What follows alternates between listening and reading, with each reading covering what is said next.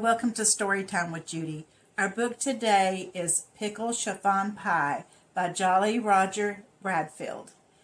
This king has a beautiful daughter, and so many princes want to marry her. So finally one day he decides to send 3 princes out into the forest and ask them to bring back the most wonderful thing they could find. Let's find out what they find and who gets to marry her. See you soon. A long time ago, there was a fat little king who ruled over the land as far as he could see in every direction.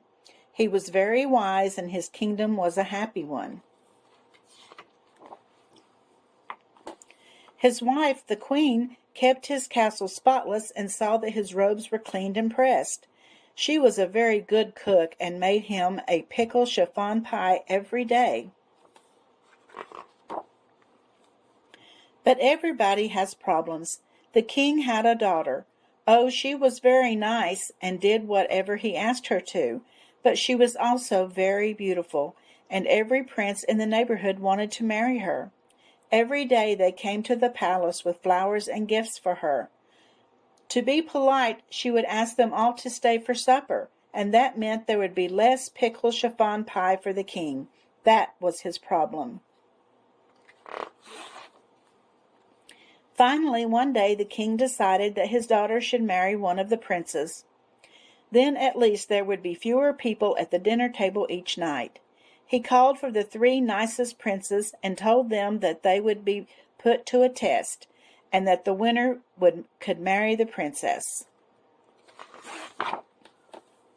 The first, Prince Musclebaum, was very strong and brave.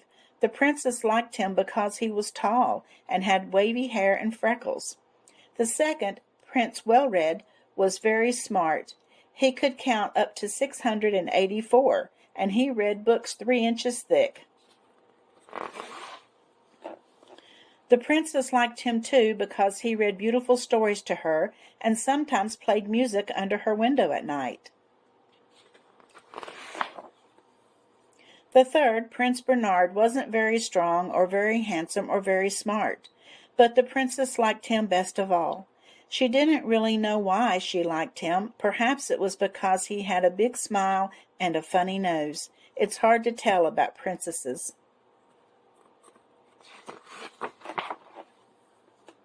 The king told the 3 princes this: "You will each go into the huge forest at the edge of the kingdom for 3 days. As you know, it is full of gazoos, fairies, dimdoozles, all sorts of unusual things. The one who brings back the most unusual, the most marvelous, the most wonderful thing may marry the princess. Now remember, be back in 3 days." Musclebaum was delighted.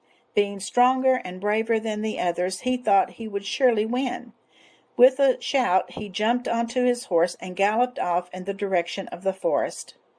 At first he didn't see anything unusual, just a few small dragons, a troll peeking out of a tree, a medium-sized giant, the usual things one sees in a forest. But finally, looking behind a huge boulder, he did see something different. A green and blue dragon with 3 heads toasting marshmallows. Now there's something you don't see every day, thought Prince Musclebaum. But I have 2 more days. I'll look a bit more. On the second day, he saw a 4-wheeled dimdoozle with a pipe wearing glasses. Now there's something different, thought Musclebaum. I've never seen a dimdoozle wearing glasses before, but I have 1 more day. I'll look a bit more.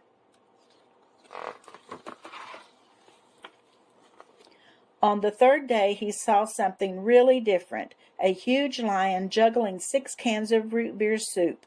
He was wearing a velvet vest and roller skates. "This must surely be the most wonderful thing in the whole forest," cried Prince Musclebaum. Bravely, he grabbed the lion's tail and started dragging him back toward the castle. Meanwhile, Prince Well-Read was searching too. The first day he spied a witch who could turn people into frogs, which really wasn't so special. except that she could do it with her eyes shut and one hand behind her back.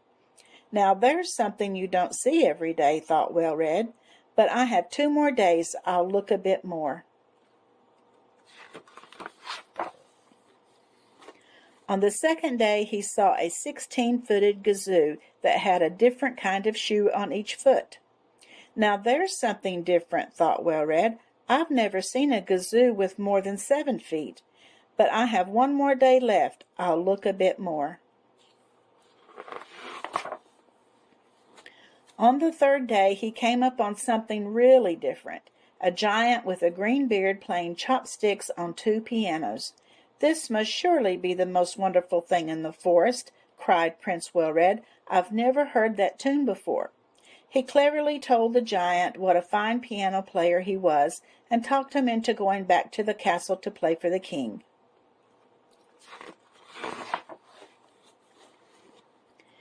Now let's not forget Prince Bernard. He was searching too. On the first day he met an ogre, so ugly that he scared the leaves right off the trees. Now there's something you don't see every day, thought Bernard, but he might frighten the princess if I brought him back. I have 2 more days. I'll look a bit more.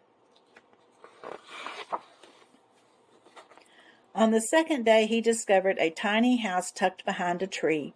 He peeked in and saw that it was filled with mice, all busily painting the most wonderful pictures. Now there's something different, thought Bernard, but it really wouldn't be right to stop such happy, hard-working little fellows right in the middle of their work. I have 1 more day. I'll look a bit more. On the third day he saw something really different, a 3-nosed snozzle with fuzzy ears and an orange polka-dot tie, and it was very busy making pickle chiffon pie. This must surely be the most wonderful thing in the whole forest, he cried. I thought the queen was the only one who could make pickle chiffon pie. Oh, the king will be so happy. With that he grabbed the snozzle's necktie and started leading it back toward the castle. Prince Bernard had never been happier in his whole life. It was hard work pulling the 3-nosed snozzle through the forest, but Prince Bernard didn't mind. He was sure he would win the contest to marry the princess. But he wasn't quite so happy when he saw how sad the snozzle looked. Don't feel bad, said Bernard. You'll like living at the palace. It's much nicer than this dark old forest, and anyway, I have to take you back in order to marry the princess. Then Bernard noticed several tiny snozzles peering out from behind the trees. Why, aren't they cute? He said. Are they your children? The 3-nosed snozzle nodded, with big wet tears coming into its eyes. What will happen to them when you're gone? Do they have anyone to take care of them? The snozzle shook its head sadly. Prince Bernard sat down on a log to think. He thought of his love for the princess. He thought of the snozzle's love for its children. For a long time it was very quiet and still in the forest. Finally, with a sigh, the prince let go of the snozzle's necktie and watched it scamper off. Then he turned and walked slowly toward the castle. His 3 days were up.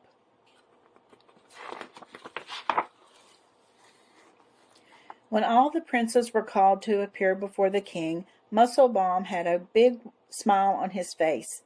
He was sure he would win with his juggling lion. Well-Red was smiling too. He was just as sure that he would win when the king heard the giant play 2 pianos. Bernard hung his head sadly as he stood empty-handed behind the others.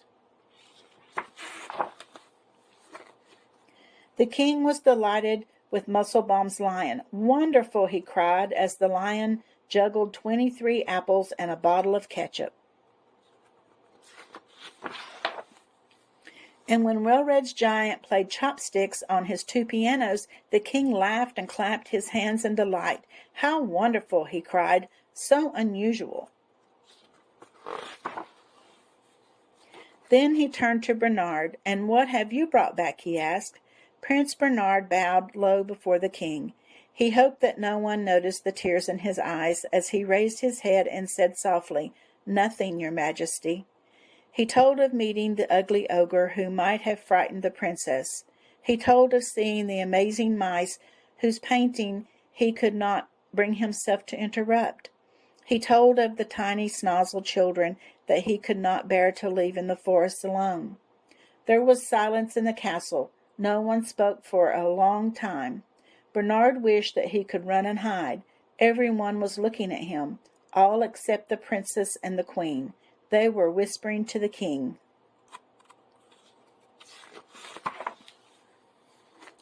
The king nodded his head and smiled. "Bernard," he said in a loud voice, "you have won the right to marry the princess." But why, your majesty? I didn't bring back anything," said Bernard. "Oh, yes, you did, my son," said the king. "You brought back a story of kindness and love and consideration for others. Truly the most wonderful thing of all. You'll make a fine husband for my daughter." When Bernard married the princess, Welred's giant played the wedding march, and Musclebaum's lion put on a special expedition to entertain the guest. And guess who sent Bernard and the princess the biggest pickle chiffon pie anyone ever saw for a wedding present? That's right, the three-nosed snozzle with the fuzzy ears and the orange polka dot tie. So, kindness won over everything, didn't it? If you're kind and considerate, that's always the best way to go. I hope you enjoyed the story, and I hope you'll subscribe and hit that like button, and I'll see you again tomorrow.